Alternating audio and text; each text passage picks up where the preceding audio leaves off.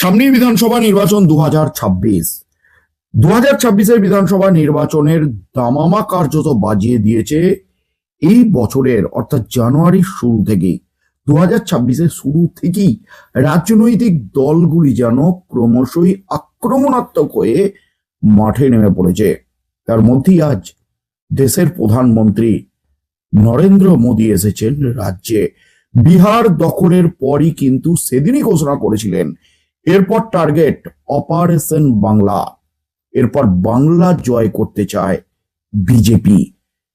এই মুহূর্তে রাজ্যের মুখ্যমন্ত্রী মমতা ব্যানার্জি যেমন গোটার রাজ্যে দাপিয়ে বেড়াচ্ছেন, ঠিক তেমনই কিন্তু তার দলের second in command Abhishek Banerjee তিনিও কিন্তু একেবারে বিধানসভা নির্বাচনের লক্ষ্যে জোরদার প্রস্তুতি শুরু করে দিয়েছেন। গোটা রাজ্যের আনাচে কানাচে ঘুরছেন, জনসভা করছেন এবং সেই জনসভাগুলিতে চোখে পড়ার মতো ভিড়। আর আজ প্রধানমন্ত্রী রাজ্যে আসতেই কিন্তু রাজনৈতিক উত্তাপ এই ঠান্ডার মধ্যেও কিন্তু ক্রমেই বৃদ্ধি পেয়েছে। তার মধ্যেই প্রধানমন্ত্রী রাজ্যে, আর তার মাঝেই কিন্তু এবার 2026 বিধানসভা নির্বাচনের ওপিনিয়ন পোল সামনে। ওপিনিয়ন পোলের সমীক্ষার রেজাল্টে কিন্তু সব ওলট পালট। বাংলার মসনদে কে বসতে চলেছে 2026-এ, কার দখলে বাংলা, 2026 বিধানসভা নির্বাচনে কোন দল পেতে চলেছে কতগুলি আসন। অবশেষে চাঞ্চল্যকর সমীক্ষা একেবারে প্রকাশ্যে, এমন সময়ে প্রকাশ্যে এলো যেই মুহূর্তে বাংলায় বিধানসভা ভোটের দামামা বাজাতে এসেছেন দেশের প্রধানমন্ত্রী নরেন্দ্র মোদী। 2021 থেকেই বাংলা জয়ের স্বপ্ন দেখছে বিজেপি। 2021 বিধানসভা নির্বাচনের আগে একাধিকবার প্রধানমন্ত্রী নরেন্দ্র মোদী থেকে শুরু করে বিজেপির হেভিওয়েট প্রথম সারির দিল্লির নেতারা এসেছিলেন রাজ্যে, ভোট প্রচার করেছিলেন, কিন্তু সেবার 100 টপকাতে পারেনি বিজেপি। আর এবার তখন 2026 বিধানসভা নির্বাচনে ক্রমশই চাপ বেড়েছে রাজ্য সরকারের, রাজ্যের মুখ্যমন্ত্রী মমতা ব্যানার্জির।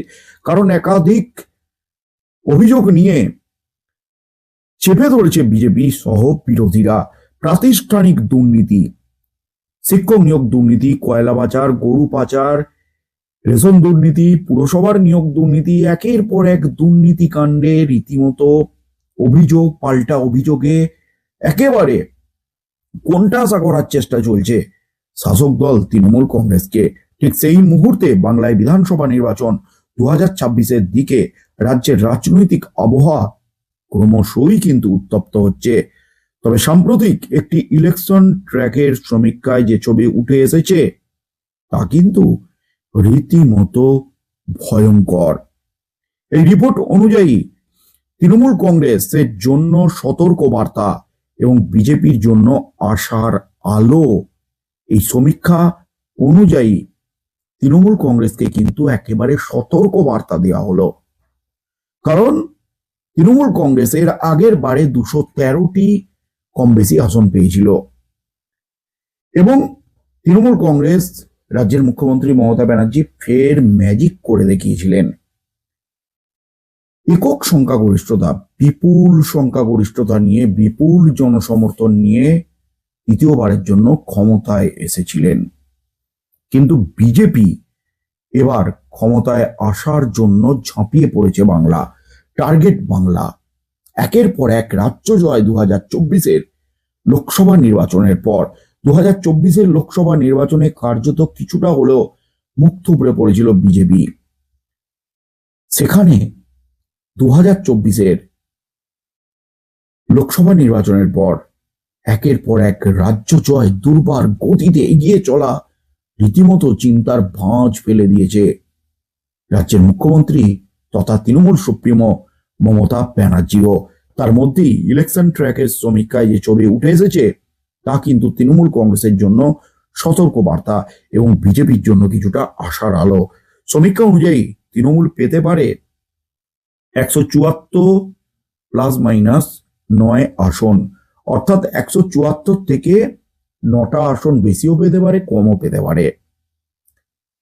যেখানে 250 পার করার দাবি তোলা হয়েছে তৃণমূল কংগ্রেসের জন্য, সেখানে কিন্তু এই চিত্র সামনে আসছে।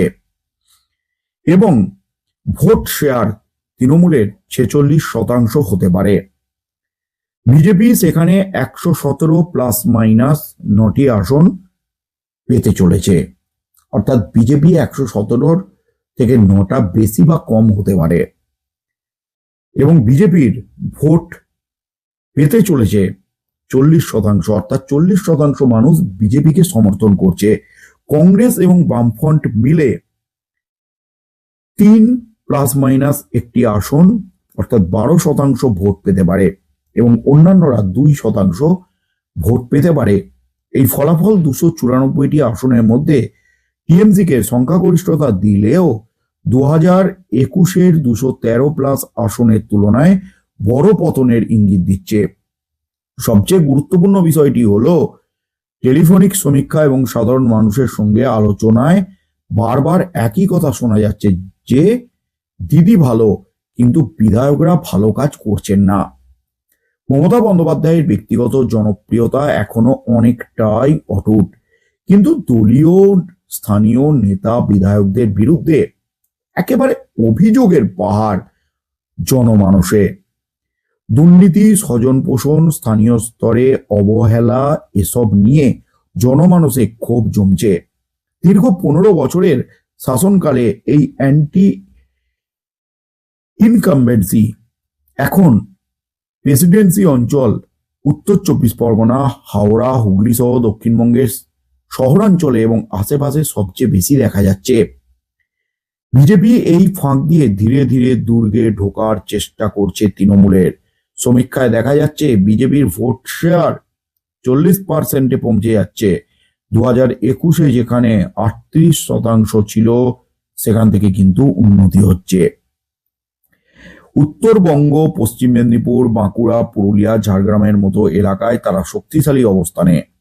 প্রেসিডেন্সি বিভাগে বিজেপির আসন সংখ্যা বাড়ার সম্ভাবনা একেবারে প্রবল। টিএমসি যদি অ্যান্টি ইনকামবেন্সি কাটিয়ে উঠতে না পারে, তাহলে তাদের অনেক আসন বিজেপির দিকে ঝুঁকে যেতে পারে। বিশেষ করে নদিয়া, উত্তর ও দক্ষিণ 24 পরগনা, কলকাতা, হাওড়ার মতো এলাকায় লড়াইটা আরো কঠিন হবে। টিএমসির পক্ষে এখন বড় শক্তি হলো লক্ষ্মীর ভান্ডার, কন্যাশ্রী, দুয়ারের সরকারের মতো জনকল্যাণমূলক প্রকল্প। মহিলা এবং গ্রামীণ ভোটারদের মধ্যে দিদির ছবি এখনো গভীরভাবে প্রথিত। কিন্তু সমীক্ষা বলছে স্থানীয় স্তরে বিধায়ক নেতাদের কর্মকাণ্ডের জন্য অনেকেই কিন্তু হতাশ। দলের অভ্যন্তরীণ কোন্দল, প্রার্থী বাছাইয়ে স্বজন পোষণের অভিযোগ, এসবও কিন্তু ভোটারদের মনে ব্যাপক একটা প্রভাব ফেলেছে। মমতা ব্যানার্জিকে এখন দলের সাংগঠনিক দুর্বলতা কাটাতে হবে।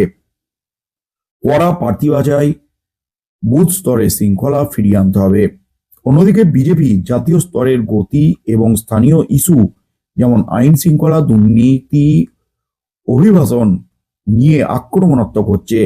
তারা দাবি করছে টিএমসি দুর্গ ভাঙার সময় এসেছে, কিন্তু বিজেপিও চ্যালেঞ্জ ছুঁড়ছে সংগঠনকে আরো মজবুত করা, হিন্দু ভোটের একাকীভূতন করা এবং স্থানীয় নেতৃত্ব গড়ে তোলা।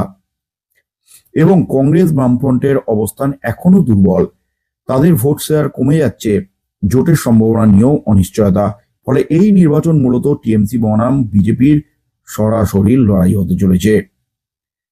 এবং বাংলার বিধানসভা নির্বাচন 2026-এর দিকে রাজ্যের রাজনৈতিক আবহাওয়া ক্রমশ উত্তপ্ত হচ্ছে।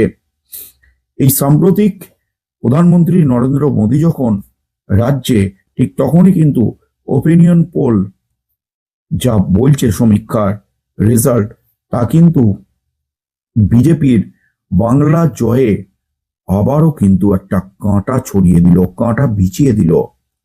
এই মুহূর্তে কিন্তু তৃণমূল কংগ্রেসকে আগিয়ে রাখা হচ্ছে। 174 প্লাস মাইনাস 9টি আসন পেতে পারে, ভোট শেয়ার হতে পারে 46%।